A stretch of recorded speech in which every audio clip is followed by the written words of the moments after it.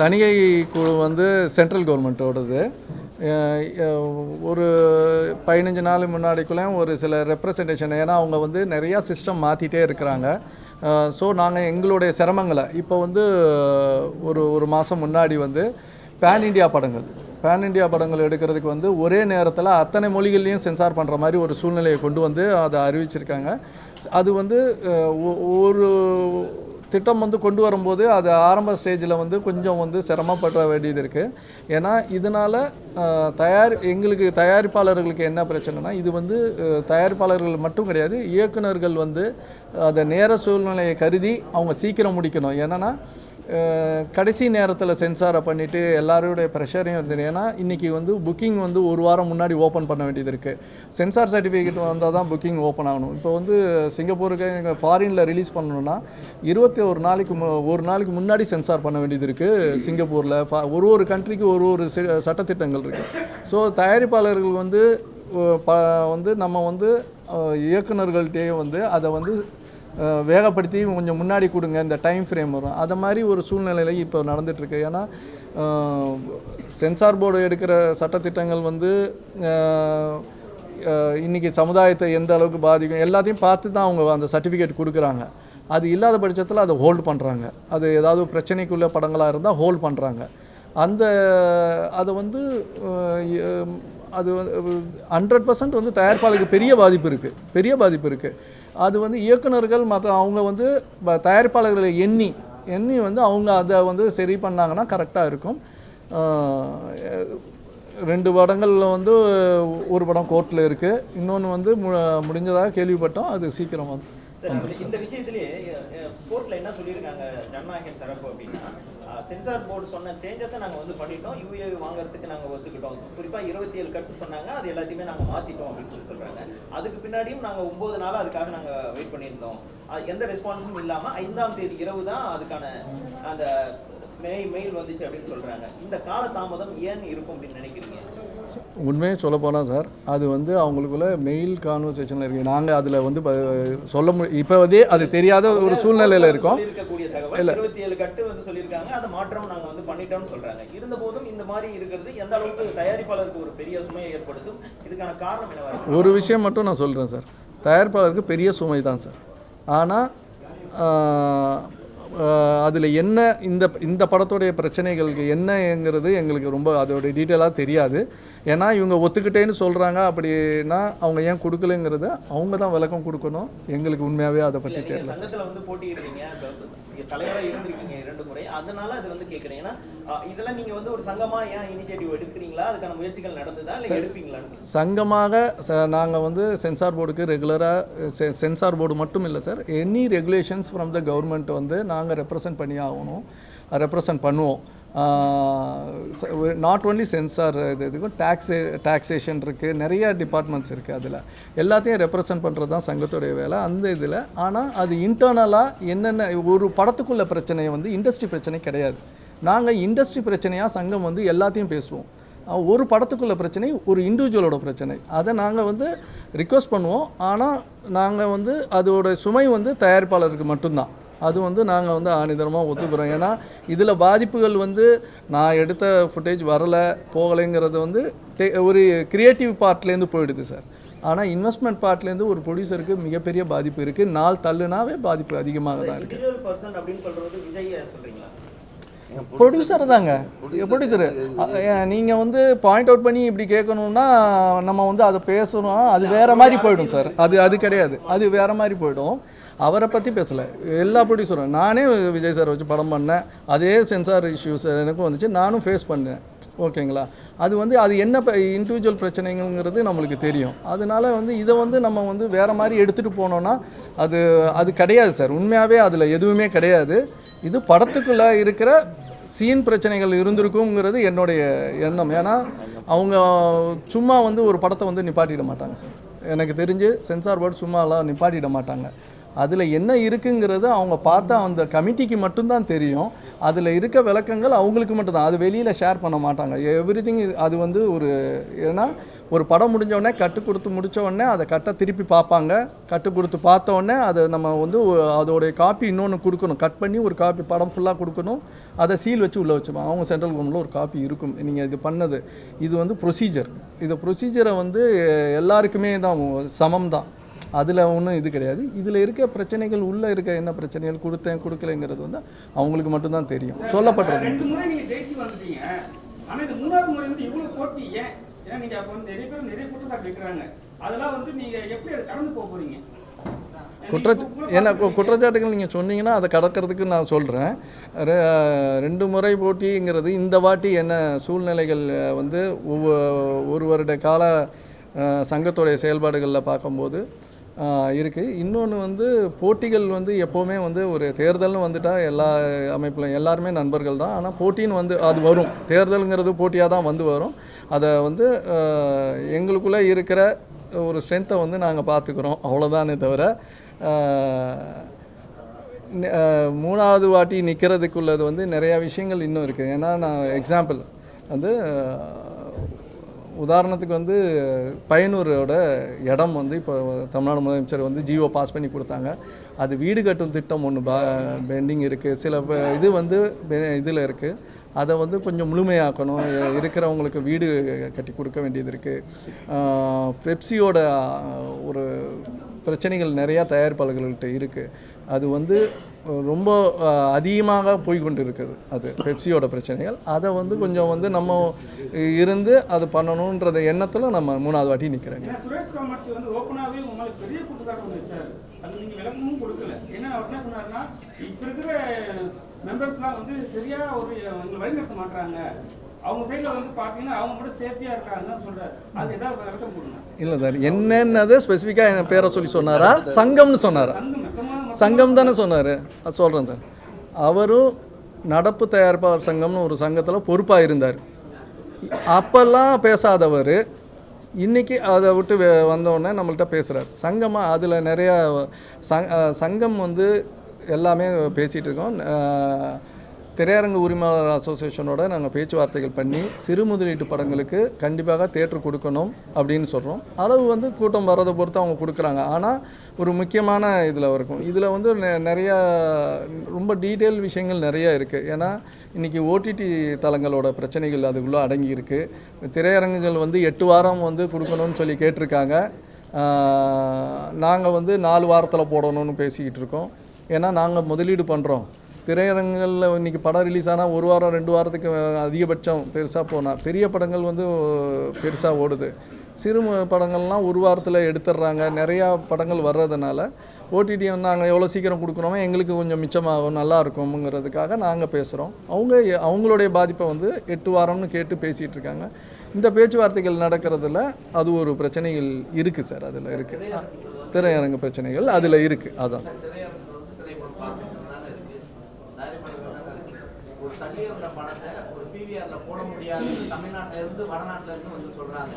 அதுக்கு தயாரிப்பாளருக்கு ஒரு வாயை கூட திறக்கவே இல்லையே, ஏன் ஒரு தமிழ் படத்தை ஓபன் பண்ண முடியல? எலெக்ஷன் எல்லாம் வரைக்கும் சொல்லி நாங்களும் அவர்கிட்ட கேட்டோம்.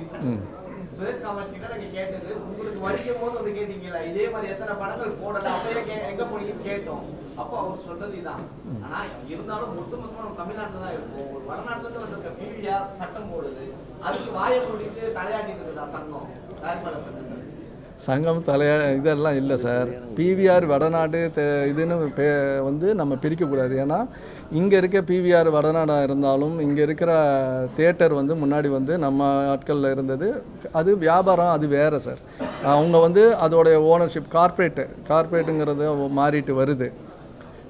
இந்த சல்லியர்களை வந்து போட மாட்டோன்னு சொன்னதுக்கு இப்போ தான் நான் அதுக்கு தான் அதிலே சொன்னேன். நான் ஃபஸ்ட்டு சொன்னதிலே இருக்குது. ஓடிடி பிரச்சனைகளும் சேர்ந்து வருது. அது எல்லாமே வந்து கலக்கும்போது அவங்க வந்து கொஞ்சம் ஸ்ட்ராங்காக தியேட்டர் அசோசியேஷன் இருக்காங்க. அதெல்லாம் நிறையா அவர் வந்து அதை வந்து பிவிஆர்னு ஒரு இதை மாற்றிட்டார். ஏன் பிவிஆரை தவிர தேட்டர் இல்லையா? இந்த தமிழ்நாட்டில் கிட்டத்தட்ட 1100 தேட்டர்கள் இருக்குது. சிங்கிள் ஸ்க்ரீன்ஸ்லேருந்து எல்லாமே இருக்குது. பிவிஆர் எவ்வளோ இருக்குது? 150 தேட்டரு, 150 ஸ்க்ரீன்ஸ் தான் இருக்குது. ஓகேங்களா? மீதி இருக்கிறதுல போடலாம்ல. அதுக்கு ஏன் வந்துச்சான்னு யாராவது கேட்டோமா? அதில் பிவிஆரை நான் சப்போர்ட் பண்ணி சொல்லலை, உண்மையாகவே படம் தேட்டருக்காரங்க கொடுத்துருக்கணும். அதில் இருக்க பிரச்சனைகள் அது திசை மாதிரி போயிருக்கு, வேறு ஒன்றும் கிடையாது சார். திரையரங்குல போகணும்னா கியூப்னு ஒன்று எடுத்துட்டு வந்தாங்க, அதுக்கு கொஞ்சம் பஸ் வந்தது. ஆனால் இப்போ படம் போடுறதுக்கு நீங்கள் காசை கட்டுங்க, அவங்க ஒரு இதெல்லாம் சொல்கிறாங்க, அதெல்லாம் நீங்கள் ஏன் கண்ணு கேட்க மாட்டேங்குது? ஏன் தேட்டர் கியூப் வழியாக மட்டும் தான் போக முடியுமா? சார் கியூபுங்கிறது உங்களுக்கு வந்து கியூப் மட்டும் இல்லை சார், மொத்தம் வந்து 8 ப்ரொவைடர்ஸ் இருக்காங்க சார். கியூபு, சோனி, அந்த மாதிரி யூஎஃப்ஓ 8 ப்ரொவைடர்ஸ் இருக்கோம். நம்ம கியூப் வந்து நிறையா தேட்டர்களில் அவங்களோட ப்ரொஜெக்டர்ஸ் இருக்கனால நம்ம கியூபை பற்றி பேசுகிறோம் சார், அதுதானே தவிர வேற ஒன்றும் இல்லை. சின்ன படங்களுக்கு வந்து நான் முதல் வாட்டி இந்த சங்கத்துக்கு ஜெயிச்சு வந்ததுக்கப்புறம் அப்போ 12,500 இருந்ததை வந்து சிறு முதலீட்டு படங்களுக்கு 3,500 ஒரு வாரத்துக்கு, நான் 28 ஷோக்கு 3,500 நான் பேசி இன்றைக்கி வரைக்கும் எங்கள் மெம்பர்களுக்கு வேணும்னு சொன்னது போக இன்றைக்கி இருக்கிற அத்தனை அசோசியேஷன் மெம்பர்ஸுக்கும் அது அவங்க கொடுக்குறாங்க. சிறு முதலீட்டு படங்களுக்கு 3,500 இப்போ ரீரிலீஸ் பண்ணுறாங்க, அதுவும் வந்து ரொம்ப ஜாஸ்தி பேசி அதை இப்போ நாங்கள் பேசி அதே 3,500 ரீரிலீஸ் படங்களுக்கு நாங்கள் குறைச்சிருக்கோம். இன்னும் கொஞ்ச நாளில் அதை வந்து டோட்டலாக வேவ் பண்ணுறதுக்கு பேசிகிட்டு இருக்கிறோம் சார். இதுதான் சங்கமாக நாங்கள் வந்து இப்போதைக்கு இது மூவ் ஆகி போயிட்டுருக்குது. இன்னும் ஒரு வருஷத்தில் அதை, ஏன்னா ஒருத்தர் இன்வெஸ்ட் பண்ணி ப்ரொஜெக்டர் போட்டிருக்காங்க தேட்டருக்காரங்க, நாங்கள் வந்து கட்ட மாட்டோன்னு பேசணும், ஸ்ட்ரைக் ஆனோம். ஆனால் ஒரு இடத்துல இந்த பிரச்சனைகளை, ஸ்ட்ரைக்கு பிரச்சனைகள் இதே பேசிகிட்டு இல்லாமல் ஒரு இடத்துல முடிவு கொண்டு வர்றதுக்காக மொத்தமாக எப்போ வந்து இது பண்ணணும். ஏன்னா இது வந்து எனக்கு முன்னாடி இருந்த தலைவராக விஷால் இருக்கும்போது இது நடந்தது, அப்போ அவர் ஒன்று பண்ணாங்க. ஆனால் அந்த டைமில் பிரச்சனைகளில் அதை முடிவு கொண்டு வர முடியல, இல்லைன்னா அன்றைக்கே கொண்டு வந்திருக்கோம். இப்போ மறுபடியும் அதை தொடர்ந்து கொண்டு வரோம் சார். பெப்சி தான் வந்து டோட்டலாகவே நீங்கள் அவங்க கூட சேர்ந்து நீங்கள் ஒர்க் பண்ணி ஆகணும். இப்போ சாத்தி சப்ளமணி வந்து அந்த டீமில் போயிட்டு பேசுகிறாரு, இது நாங்கள் எப்படி எடுத்துக்கிறது? அவங்க ஒருவேளை நீங்கள் ஜெயிச்சு வந்தாலும் அவங்க சைடு ஹெல்ப் பண்ணுவாங்களா, இல்லை அவங்க சைடில் ஜெயிச்சா அவங்க ஹெல்ப் பண்ண வர மாட்டாங்க? புரியவே இல்லை எங்களுக்கு சார். நீங்கள் ஆர்கே செல்வம்கிட்ட கேட்க வேண்டிய கேள்வி அவர் வந்து நிற்கிறாரு, பதில் சொல்கிறேன் இவங்க ஜெயிச்சு வந்தா என்ன பண்ணுவாங்க சார்? இங்கே வந்து இது வந்து எலெக்ஷனோட முடிஞ்சிடும் சார், எலெக்ஷனோட முடிஞ்சிடும். ஆர்கே செல்வமணி அவர்கள் இதில் வந்து தலையிடவே கூடாது. அவர் வந்து தயாரிப்பாளராக நான் வந்தேன்னு பேசியிருக்காரு. ஆனால் அவர் வந்து ஒரு பெப்சியின் தலைவராக 3 முறை 10 வருஷமாக இருக்கிறாரு. அப்படி இருக்கும்போது அவரோட அடையாளம் வந்து ஒரு பெப்சி தலைவர் தான். இதுக்காக தான் நான் வந்து 3வது முறையாக நிற்கிறேன். நான் அது வந்து ஏன்னா பெப்சி அவர் வந்து இதில் தலையிட்டு இந்த சங்கத்தில் இருக்கிற தயாரிப்பாளராக அவர் கட்டுப்பாட்டுக்குள்ளே கொண்டு வர்றதுக்கு, தொழிலாளர் கட்டுப்பாட்டுக்குள்ளே கொண்டு வர்றதுக்காக முயற்சி செய்கிறத நாங்கள் வந்து எங்களுக்கு தெரியுது. அதுக்காக தான் நாங்கள் அந்த 3வது நிற்கிறோம். அதுக்கு தான் நாங்கள் வந்து இது எல்லா தயார்பாட்டையும் சொல்ல இருக்கிறோம் சார். அதான் சார்.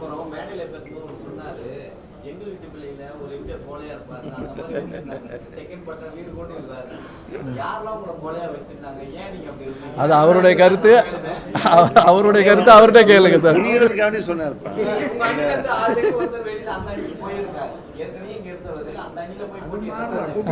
ஒருத்தர் இல்லை, நிறைய பேர்.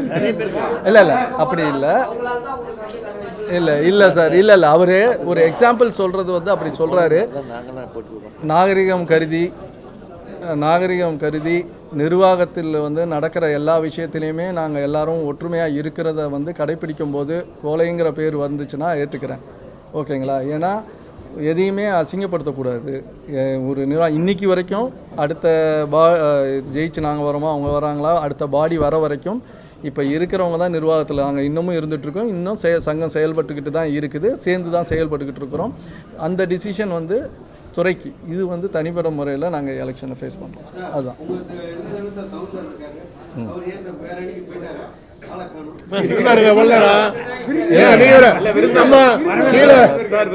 தயாரிப்பாளர்கள்லாம் வந்திருக்காங்க,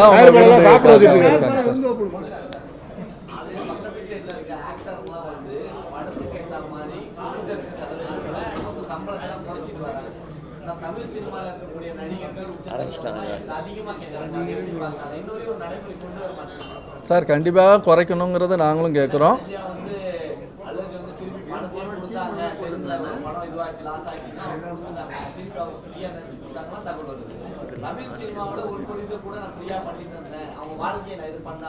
இல்லை சார், 2 பதிலாக சொல்கிறேன் சார். ஒன்று வந்து நீங்கள் நடிகர்கள் எல்லாருமே வந்து தப்பு தரணும். ஏன்னா சூப்பர் ஸ்டார் ரஜினிகாந்த் லாஸ் ஆச்சுன்னா உடனே எல்லாரையும் கூப்பிட்டு கொடுத்துருக்காரு. அந்த மாதிரி இருக்காங்க. அஜித் சார் வந்து ஒரு இதானோடனே சத்யஜித் தியாகராஜன் சாருக்கு இன்னொரு படம் கொடுத்து காப்பாற்றிருக்காரு. இந்த மாதிரி எல்லாம் இருக்காங்க, எல்லாம் இருக்காங்க. விஜய் சார் வந்து அவர் வரும்போது கொடுப்பாரு, அதெல்லாம் ஓகே சார். அவர் என்ன அடுத்தது என்னென்னு அவருடைய பயணம். அதே நேரத்தில் நாங்கள் நடிகர்கள்ட்ட என்ன கேட்குறோம்னா, நீங்கள் ரெவன்யூ ஷேரிங்கில் வாங்கங்கிறத நாங்கள் பேசிக்கிட்டு தான் இருக்கோம். நடிகர் சங்கத்திலையும் இதை வந்து பேசி வச்சுருக்கோம். ஸோ அவங்க நடிகர் சங்கமும் ஒருத்தரோட சம்பளத்தை நாங்கள் யாரும் ஃபிக்ஸ் பண்ண முடியாது. ஏன்னா இன்றைக்கி மார்க்கெட் இருக்கும்போது தான் சம்பளம் ஏற்றுறது இறங்குது. மேக்ஸிமம் வந்து இன்னொன்று நாங்கள் முக்கியமாக கேட்குறோம், தமிழ்நாட்டில் இருக்க தயாரிப்பாளருக்கு கண்டிப்பாக டேட்டு கொடுங்கன்னு கேட்டுக்கிட்டு இருக்கிறோம். அதை தாண்டி போயிட்டாங்க. அந்த இடத்த நீங்கள் சம்பளத்தை பார்த்துறீங்க, அதை தாண்டி அவங்க அங்கே போயிட்டாங்க. அதெல்லாம் வந்து இங்கே இருக்கிறவங்களுக்கும் நீங்கள் பாருங்கன்றதை நாங்கள் வந்து சங்கத்தை கேட்டுக்கிறோம். இந்த பத்திரிகை வாயிலாகவும் கேட்டுக்கிறோம் சார். நன்றி சார். தேங்க்யூ. வெளியூரில் இருக்க தயாரிப்பாளர்கள் அவ்வளோதான். சரி, ஓகேவா? நன்றி சார். தமிழ் திரைப்பட தயாரிப்பாளர் சங்கத்தின் தேர்தல் 2026-29 வந்து நடக்க இருக்கிறது. பிப்ரவரி 22. ஸோ அது சார்பாக நான் முரளி என்ற ராமசாமி என்கிற முரளி ராமநாராயணன் தலைவர் வேட்பாளராக போட்டியிடுகிறேன். மூன்றாவது முறையாக தலைவர் வேட்பாளராக போட்டியிடுறேன். 2006-2011 வரைக்கும் இருந்த என் தந்தையார் ராமநாராயணன் அவர்கள் தலைவராக இருந்த இந்த சங்கத்தில் ரொம்ப நல்ல விஷயங்கள், நல்ல திட்டங்கள் அன்றைய முதல்வராக இருந்த கலைஞர் அவர்களுடன் ஐயா அவர்களுடன் இருந்து இந்த தயாரிப்பாளர்களுக்கு, இந்த தயாரிப்பாளர் சங்கத்துக்கு பல நன்மைகளை செஞ்சு கொடுத்துருக்காங்க. இன்று வந்து இப்போ இருக்கும் நமது தமிழ்நாடு முதலமைச்சர் அவர்கள் திரைத்துறைக்கு பல நன்மைகளை வந்து கொடுத்துருக்காங்க. பயனூரில் வந்து ஒரு அடுக்குமாடி வீடு கட்டுறதுக்கு ஒரு பர்மிஷன் ஜிஓ வந்து பாஸ் பண்ணி கொடுத்துருக்காங்க. இதனால் நிறைய சிறு முதலீட்டு தயாரிப்பாளர்கள் படத்தை எடுத்து கொஞ்சம் சிரமத்தில் இருக்கிற அத்தனை தயாரிப்பாளர்களும் பெரிய உதவியாக அது இருந்தது.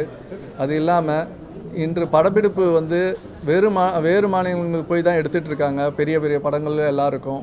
அதனால் தயாரிப்பாளர்களுக்கு செலவுகள் பட்ஜெட் அதிகமாகிட்டே வருது. அதை குறைக்கணும்னு நாங்கள் கேட்டதுக்கு இங்கே வந்து குந்தம்பாக்கத்தில் 153 ஏக்கர் நிலப்பரப்பில் 500 கோடி அளவில் ஒரு ஸ்டுடியோ வந்து தமிழ்நாடு அரசு வந்து இது பண்ணிகிட்ருக்காங்க. அதே மாதிரி எம்ஜிஆர் ஃபிலிம் சிட்டி அதை வந்து இருந்த பழைய இதை வந்து புதுப்பித்து இன்று நிறையா ஃப்ளோர்கள் கட்டிகிட்டு இருக்காங்க. ஸோ படப்பிடிப்புகள் இங்கே இருக்க தயாரிப்பாளர்கள் செலவுகளை குறைக்கிறதுக்கு இங்கே வந்து செய்கிறதுக்கு நம்ம தமிழ்நாடு முதலமைச்சர் அவர்கள் வந்து ஆணையிட்டு அதுக்கு எங்களுடைய நன்றியை தெரிவிச்சுக்கிறோம்.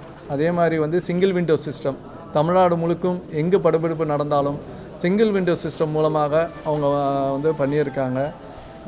அதுக்கும் வந்து நன்றி தெரிவிச்சுக்கிறேன். இதை வந்து 2006-11 வந்து என் தந்தையார் பண்ணதை வந்து 2026 வந்து கொண்டு வரணுங்கிறதுக்காக